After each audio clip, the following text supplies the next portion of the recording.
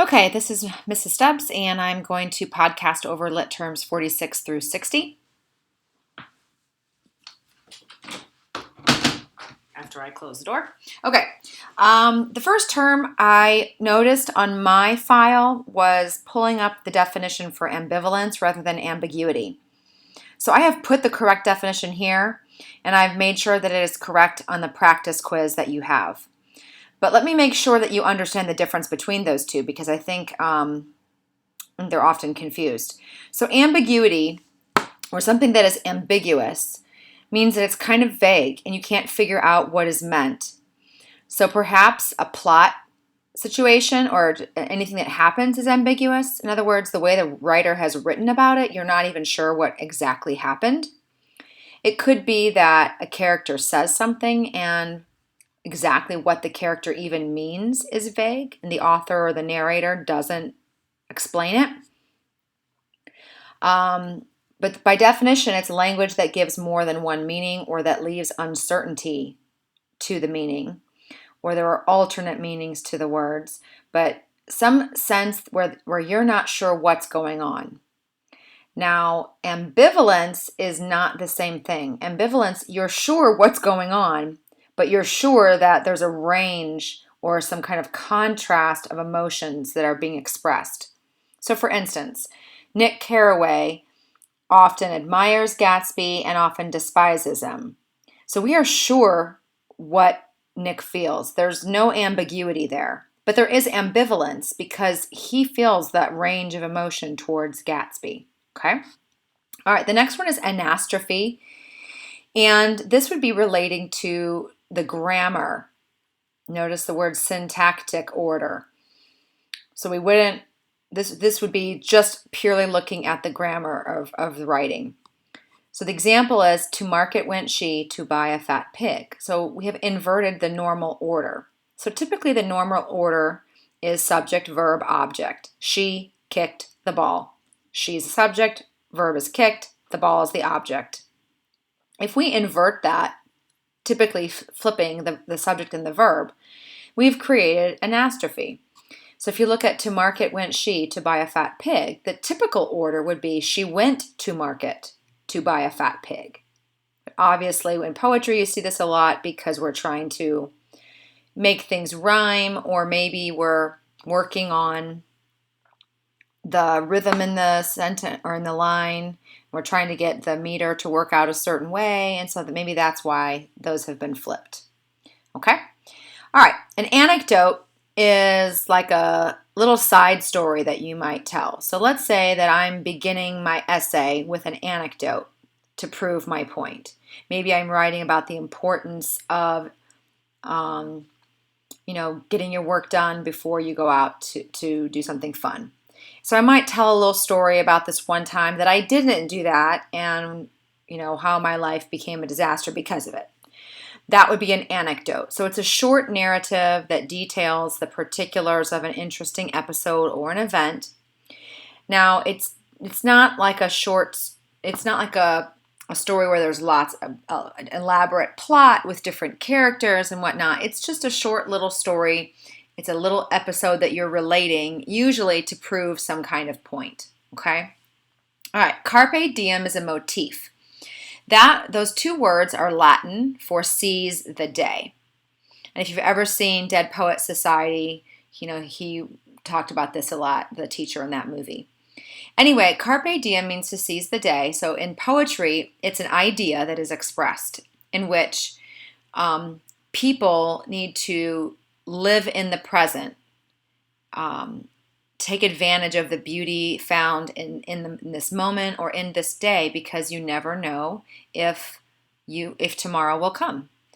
So the brevity means the briefness of life, and the finality of death. So typically it's a type of idea where you're sensing that the speaker of the poem is encouraging the reader to not lose sight of the fact that life is short and you need to enjoy it while you can, or just appreciate it. It doesn't have to be like a YOLO kind of moment, but you're just supposed to appreciate and enjoy life because it's unpredictable.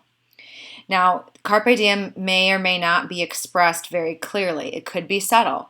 It might take 2 stanzas for you to recognize that carpe diem is being expressed, or it might be very obvious, but it doesn't have to be obvious. I want to talk about cynicism and hedonism and sentimentalism. We're going to skip around a little bit. So cynicism is found when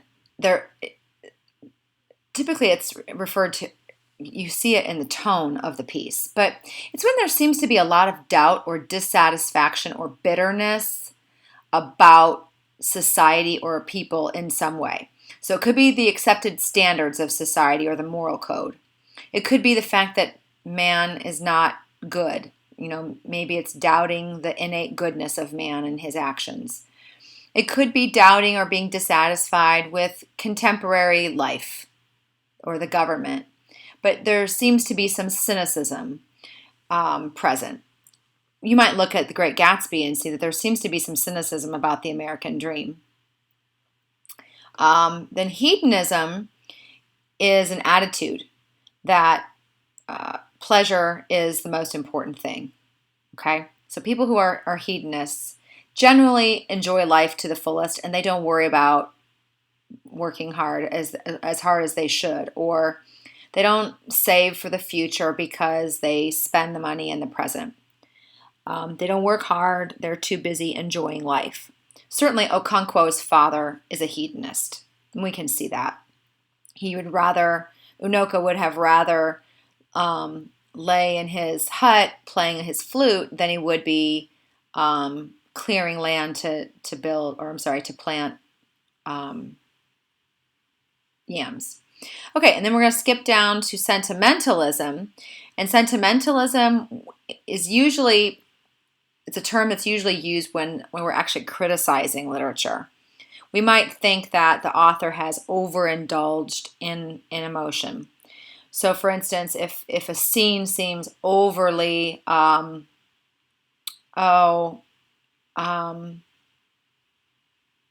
it just seems to kind of force that it's going to make you cry, or they're going on in an obvious way about some happy thing, and you feel like the author is working awfully hard to get you to have an emotional response. We might argue that the author is employing too much sentimentalism or is being too sentimental. So it's just being a little bit overly emotional or dramatic. I don't think that we really have had any literary works that deal with that yet. Now, when we get to Cyrano de Bergerac, sometimes critics have said that what he is doing in that play is bordering on sentimentalism. It's generally considered a bad thing for writing to be too sentimental. Okay, now let's go back up and look at irony. You'll notice that I put irony here and then I separated dramatic irony. And that's mostly because it's very different than situational and verbal irony. But please understand that on part 2 of the test, and in part 1 actually, you're going to have to know the definition of all 3 types of irony. So you will actually have 16 terms on the quiz in the definitions part, because dramatic irony, situational irony, and verbal irony will be defined individually. Okay?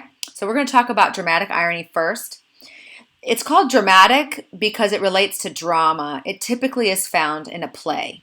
It doesn't have to be. It could be in regular fiction or a novel, but it's typically in a play. And that's because this is when the audience knows, or the reader knows, more than the characters know.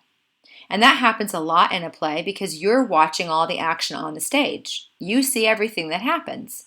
The characters come out on the stage, they do their part, and then they leave the stage, and then different characters come out. So they don't know what's going on, but we do. So very often, you'll see dramatic irony in a play. So the example here, Macbeth and his wife plot to kill King Duncan. And King Duncan remarks on the serenity and the loveliness of their home when he arrives. And it creates suspense because we know what's coming, but the king does not. So that's typically the point of dramatic irony, is it just ratchets up the suspense and the tension in the scene.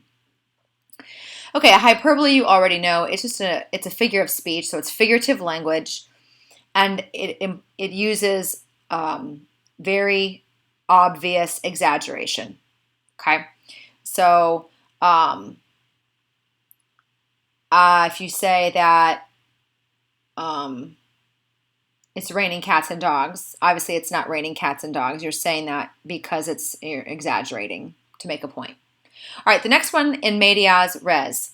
That is Latin, and it means in the middle of things. And this is used to refer to the structure of a narrative, so of a story. Could be a play, could be a novel, could be anything that's a story, where the where the beginning of the story actually begins with the middle. And that's really confusing, so let me give you an example. Let's pretend that I'm writing a story about a girl who meets a guy, and they date for a while, and she dumps him. And then she realizes that she shouldn't have done that, and she wants to get back together with him. And so most of the book is how she's trying to get back together with him.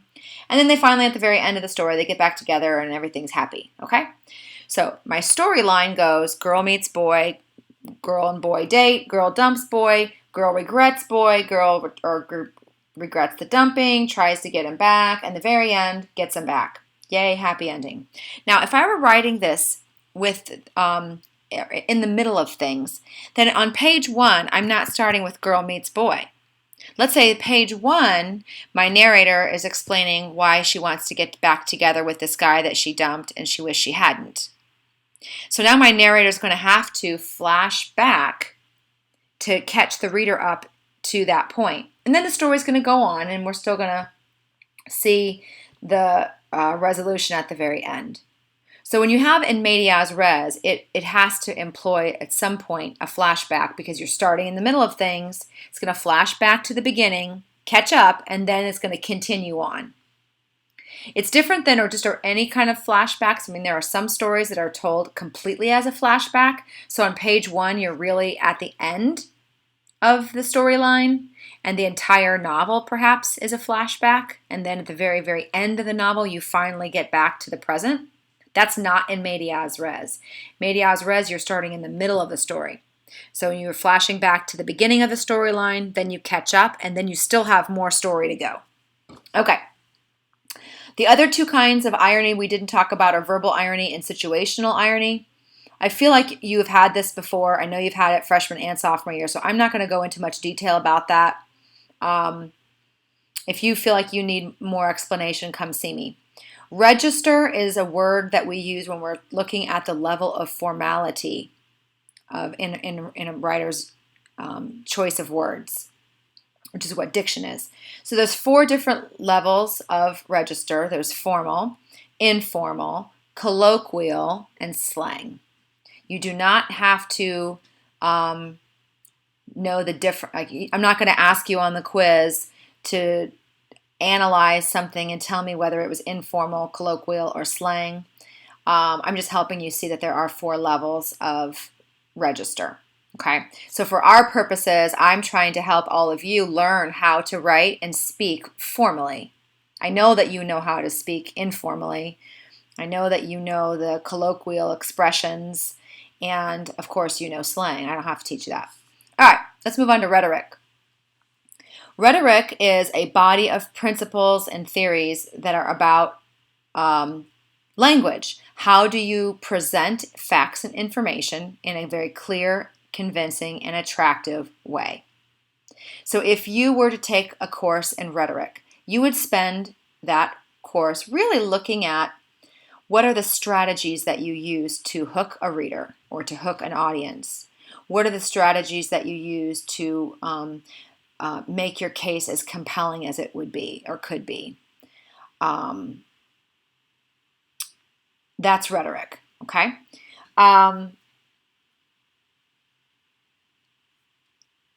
Rhetorical questions, the word rhetoric is in there because a rhetorical question is used as a persuasive or a persuasive element or to make a point. You're asking a question that you already know the answer to. Let me give you an example. So if my kids came inside with their dirty shoes and walked across the carpet, I would start screaming, of course, and then say, "What were you thinking?" And obviously, I know the answer to that. They weren't thinking. That's the point I'm trying to make. So I'm asking them a question that I know the answer to. I don't need them to tell me that they weren't thinking. I know that. I'm asking the question for effect. And that's why it has the word rhetoric or rhetorical in it, because rhetoric is the presentation of facts and ideas meant to be clear and convincing. So when I ask a question for effect, I'm doing it to make my point. Okay? All right, sentimentalism we talked about, and thesis, you already know what that is. So those are all of the terms that we have this week. I'll close this out. Maybe. Maybe not. There it goes. Stop.